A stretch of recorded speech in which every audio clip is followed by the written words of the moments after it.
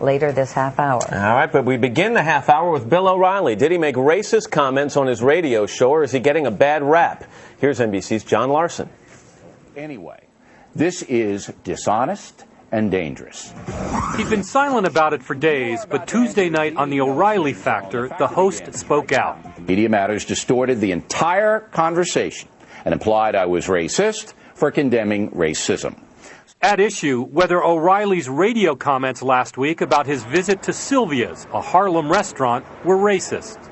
And I couldn't get over the fact that there was no difference between Sylvia's restaurant and any other restaurant in New York City. I mean, it was exactly the same. Even though it's run by blacks, primarily black patronship, it was the same. It was like going into an Italian restaurant in an all-white suburb in the sense of people were sitting there and they were ordering and having fun. The debate sparked when his comments were reported by MediaMatters.org. O'Reilly went on, I think black Americans are starting to think more and more for themselves. And they're getting away from the Sharptons and the Jacksons and the people trying to lead them into a race-based culture. Which was a bit odd, seeing as how Al Sharpton was O'Reilly's dinner guest that night at the Harlem restaurant.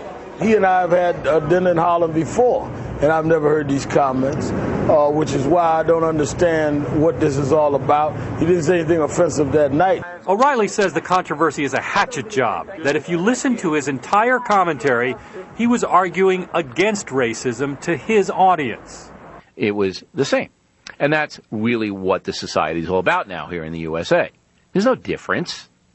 And nothing to do with the color of anybody's skin. Finally, at Sylvia's, where this began, patrons last night appreciated the barbecue, gumbo, and maybe some Sugar Hill beer. And your sides? But not O'Reilly's comments. It wasn't appropriate. Does he expect anything different from black folk than white folk? For today, John Larson, NBC News, Los Angeles. Paul Waldman is with Media Matters for America, the liberal watchdog group that first drew attention to Mr. O'Reilly's comments. And Joe Watkins is an MSNBC political analyst and a Republican strategist.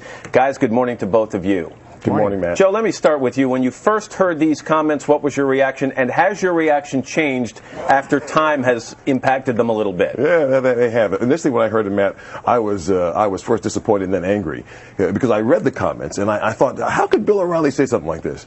And then when I listened to the audio, and then I realized he was being interviewed by Juan Williams, who's one of the most respected black journalists in America, I realized that he was trying to make a good statement that we're all the same. So in your opinion, is this a case of a couple of maybe ham-fisted comments in the midst of an overall positive argument have gotten him headlines because the negative sells? Absolutely, absolutely. Well, you know, Bill O'Reilly's kind of a magnet for the left. I mean, he's somebody around whom who they use to fire up, to energize their base. And right. This isn't right. Paul, let me go to you. As I said, it was your organization that put these things out there on the website. As you know, Bill O'Reilly has said that his comments were taken out of context.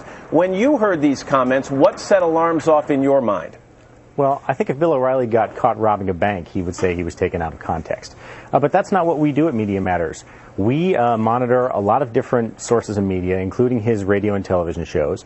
And so when we heard that, we put it up on our website with the full audio, the full transcript. Nothing was taken out of context. And I think it's not too surprising that a lot of people kind of shook their heads at this, the fact that he seemed to be so amazed that people in Sylvia's were acting like they would in any other restaurant. Paul, let me ask